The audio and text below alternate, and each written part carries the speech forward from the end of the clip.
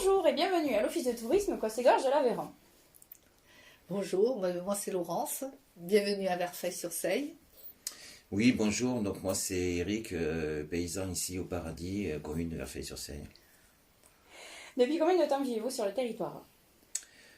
Alors moi je suis né sur le territoire, donc ça fait longtemps. Et vous, Laurence? Et moi je suis arrivée il y a une trentaine d'années, quand j'ai rencontré Eric, et voilà. Donc par amour. Et oui. Bien sûr. Est-ce qu'il y a quelque chose qui vous a frappé en arrivant ici, en venant de l'extérieur? Alors, quand je suis arrivée ici, j'aurais jamais imaginé habiter un jour à la campagne parce que j'étais une vraie urbaine. Et ce qui m'a attirée et qui m'a enthousiasmée, c'est la vie locale et toujours très vivante. Et puis aussi l'environnement, les paysages très préservés, les collines, le point de vue. C'est vrai que vous avez un très beau point de vue. Ouais, il y a un très beau point de vue. Ouais. Et vous, Eric, pourquoi êtes-vous resté ici? Pourquoi je suis resté ici? Mais parce que moi j'ai eu la chance de pouvoir aller visiter le monde, fut un temps, et en fait pour me rendre compte qu'ici quand même c'était vraiment le paradis. Et donc voilà, ça fait maintenant très longtemps qu'on est sédentarisé dans notre maison ici sur la ferme. Avez-vous une citation favorite? Alors voilà, donc je n'ai pas de citation favorite. Ou une expression, quelque chose qui vous parle? Non, ben, pour en revenir au voyage, ça serait que toutes les montagnes du monde se ressemblent. Il n'y a que les gens qui y habitent qui en font la différence. Donc c'est pour ça qu'ici, on est vraiment différents. Quels sont vos coups de cœur sur le territoire?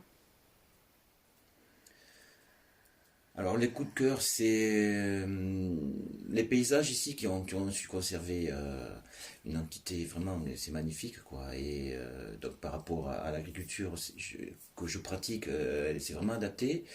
Et ensuite c'est tout l'environnement large autour quoi, ce gorge de l'Aveyron et ses affluents. Parce que bon, moi je pratique pas mal de sports de montagne et donc ça me permet d'être dans mon bain là-dedans quoi. Et, voilà. Une petite montagne alors ici.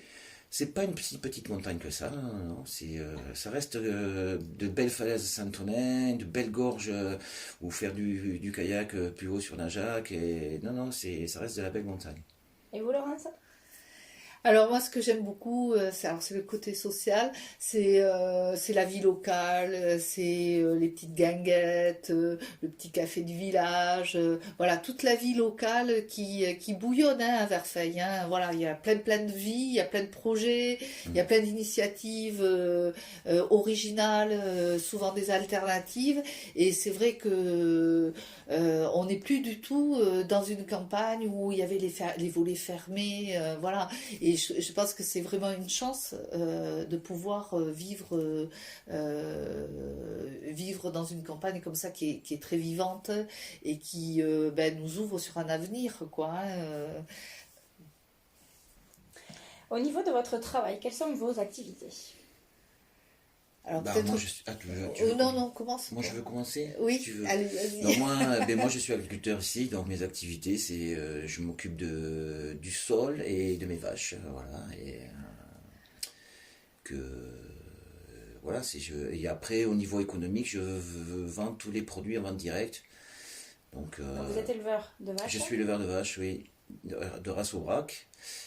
Mais après, à côté de ça, je fais aussi un petit peu de jus de pomme, je fais aussi de l'huile de tournesol.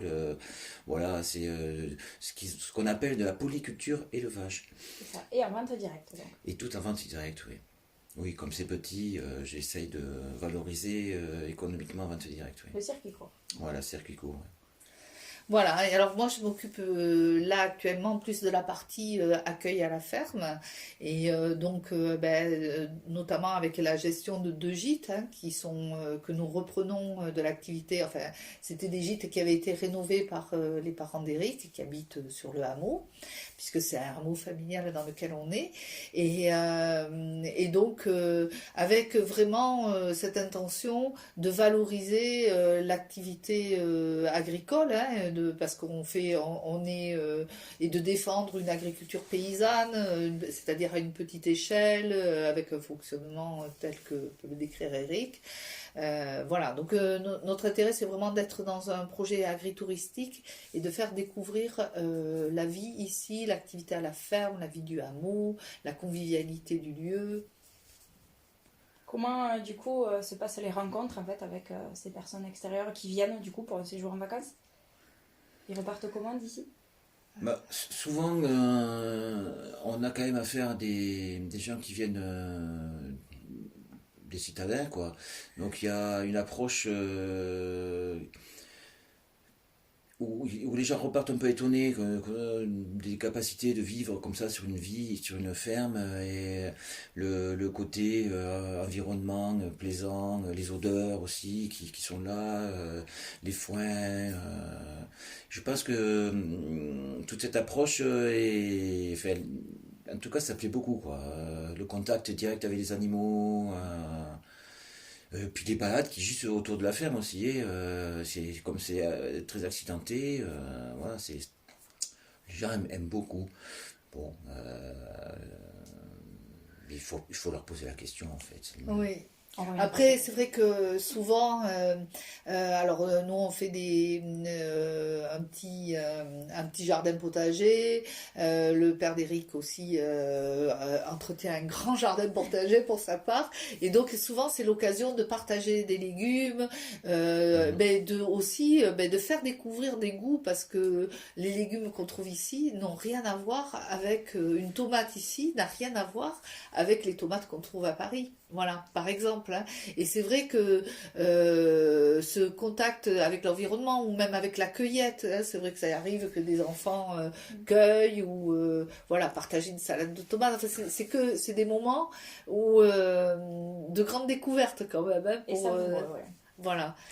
Après, il y a aussi tout l'environnement, la vieille pierre, le patrimoine rural, la poésie des vieilles pierres ici qui plaît beaucoup aux personnes. Voilà. Et quels sont vos projets d'avenir? Alors, nos projets d'avenir, c'est déjà de développer l'accueil à la ferme, parce que c'est quand même quelque chose qui nous tient beaucoup à cœur là, et de l'inscrire dans un projet qui est qui est une transmission et en même temps développement de l'activité agricole, avec l'arrivée de la relève des jeunes.